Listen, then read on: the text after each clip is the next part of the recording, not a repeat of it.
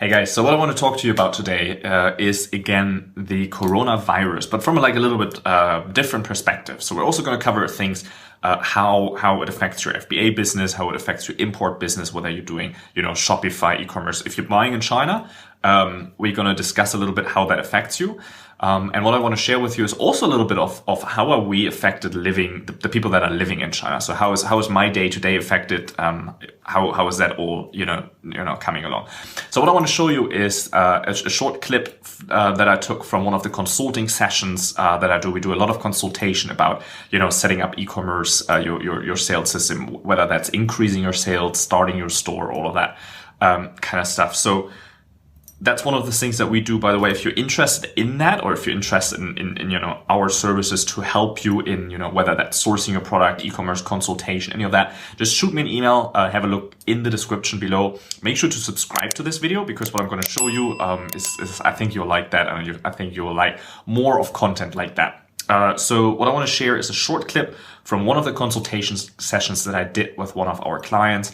And in that session, he asked me a bunch of questions about the virus. So I want to kind of share that with you so that you can learn how that affects you and get a little bit behind the curtain of how life's affected in China and, how that affects your business, actually, the whole virus. I think it's kind of played down a little bit in the media everywhere else.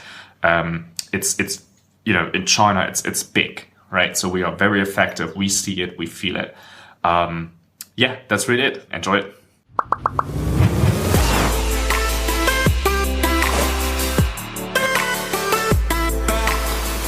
Taking me up on my no-brainer offer. Yeah, and sorry it took me so long. It's actually just been a bad, busy time.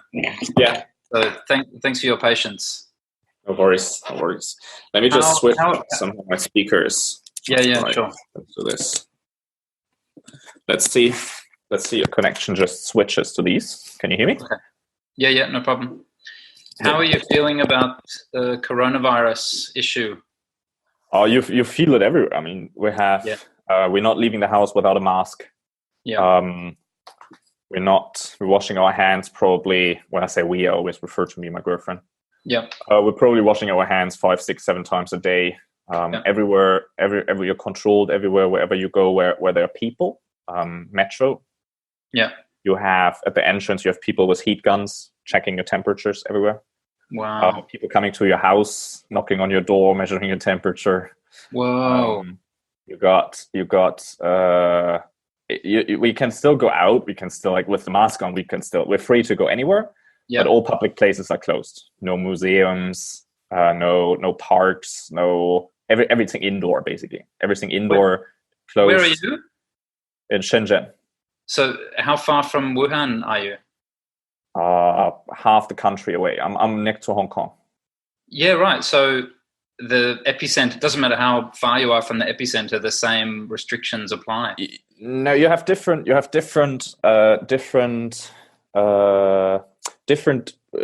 provinces have different rules because they're differently affected. Like some provinces aren't affected at all. Guangdong, where we are, is very effective. Okay. Like it's a second to Wuhan because the province, and especially Shenzhen as a city, is a worker city. It's not a city where people like Beijing or Shanghai, they live here for generations. Like it's first generation people here. 30 years ago, we had 3,000 people here, and now it's 17 million. So it's people, all outside people. And now it's Chinese New Year. Yeah. So everyone's out. And what's happening now is that everyone comes back in. One thing they did is that is very unusual for China, is that they extended the holiday for another week. So instead of people going back to work on 3rd, they're going back to work on 10th. Yeah. Same with schools. You can't go to school. Like everything is still on lockdown. They want to get all the people back first and kind of see where like who gets sick, like who shows symptoms, get them out, and then have. But it's so easy. Like you just realize how easy it is to get infected with. You get in a taxi, you touch the door, like, or you buckle up, the head buckle, like it becomes so. I don't even know how to say that. You're so conscious about it. I think.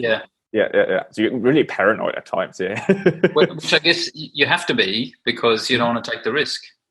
No, you can't take the risk. And At then with least every little, at least you're not in a high risk demographic, because you're young and you're healthy. It's those immunocompromised people who are most at risk. But still, you don't want to take the chance, right? no, you don't want to do that. And especially the kids, right? You have lots of kids. They like 2-year-olds don't want to wear masks. Like they don't care. So you can't go out. You got to be basically just stuck at home. And the problem is you don't know how long it's going to take, right? I mean, it's how long did SARS go? How long is this now? Like it's are we going to be like, I know the Lufthansa canceled all flights in and out of China. Yeah. So because I was thinking like maybe we go, my girlfriend has a 2-year visa for Europe. Like we could go anytime. She's Chinese, right? We could go anytime, just leave, right? So we were thinking maybe just go to Germany real quick, stay there a little bit to wait it out. But because there's nothing to do here. We can't, like, you're in the house and you're in the office and buying some groceries sometimes. No one, I'm thinking, this might have quite an impact on on the whole sourcing process, right? Yeah. For now, I can still sell people into it. For now, it's not. But it's hard to know if it keeps going, and there's hard to know. To workers coming back to all the people, all the workers that are in Wuhan, they're not getting out. Like no one in, no one out. They're not here. But you see, like it's not everything's closed. Like Starbucks is open, every second store, McDonald's open, like all the big guys are open. Just also the smaller restaurants start again, people coming back, but they're also like, the food hygiene and the cooling chains aren't top notch anyway. We just got kind of used to it. Like we got used to, okay, this is the annual food poisoning, that's just waited out. But like now it's a different story. Now you think about like, well, the people that handle the food, the delivery guys, usually China is so convenient. There's no need to cook. You have everything delivered. There's no need to grocery shop. Everything's delivered. You don't need to do anything because everything's delivered. But the delivery guys, well, look, they need 1,000 people a day. They're the new vectors. They're carrying, even if they're not sick, they might be carrying something. Wow. Yeah. It spreads incredibly fast. We had a week ago, it was a couple of hundred people. Today, it's 8,000 confirmed.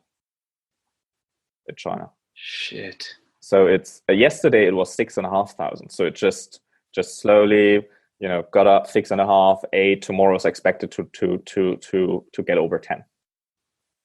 And it might become exponential. In which case 10 becomes 100, 100 becomes 1,000, 1,000 become That's what's happening already. I mean, it's just been a handful of people on the market. The problem on that is that the symptoms doesn't show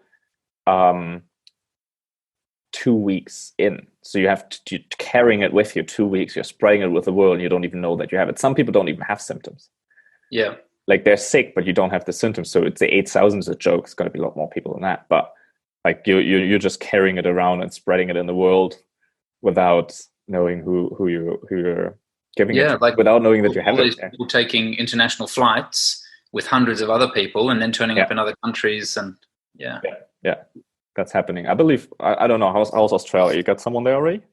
There's been about 3 confirmed cases, but that's likely to rise. There's a lot of Chinese coming into Australia to live, to study, for tourism, and so the shock jocks, the kind of hard right conservative radio DJs are saying we need to stop all flights from China coming into Australia, and it's that kind of rhetoric, the fear-based stuff. It's not good. No. But eventually this... And Trump's asking similar questions, should he stop of course all flights to and from China? Sure.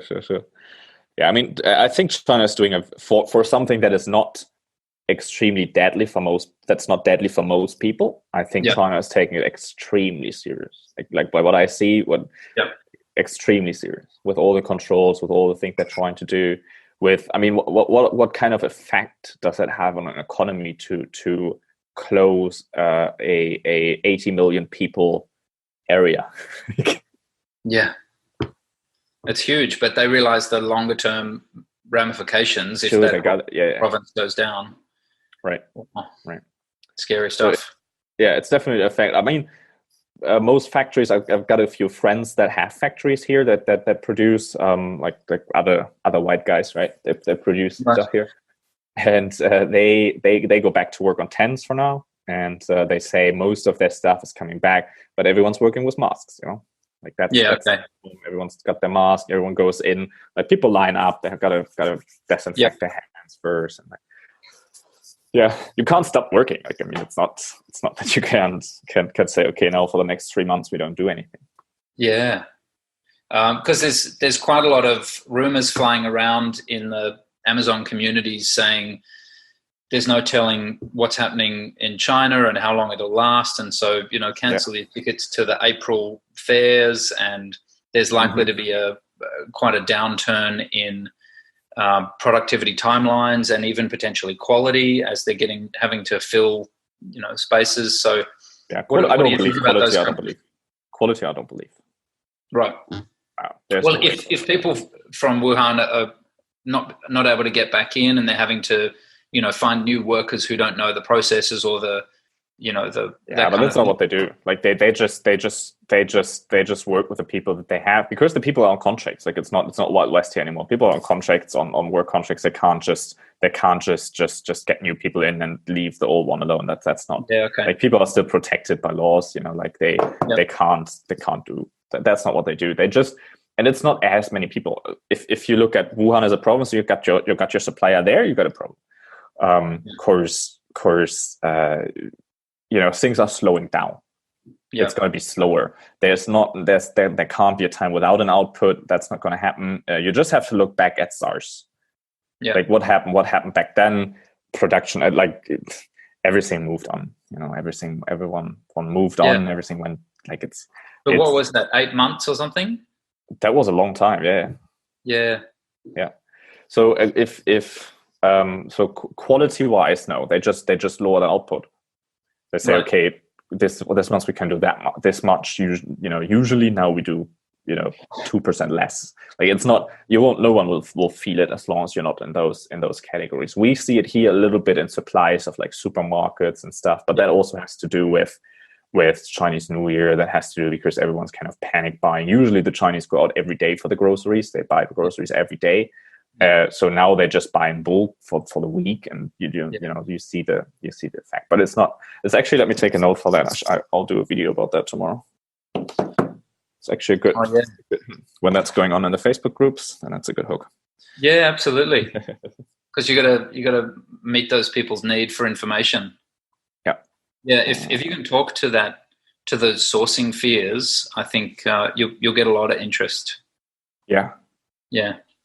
That's my benefit of being here, that I can see all these things. Yeah. All right. It has a little effect for me just because we can't take on, like I have 10 days, I have like a week less where I can take on people, because I can only handle this many. I don't want to take on a whole bunch of people and then not be able to serve. Like that's not the point of serving.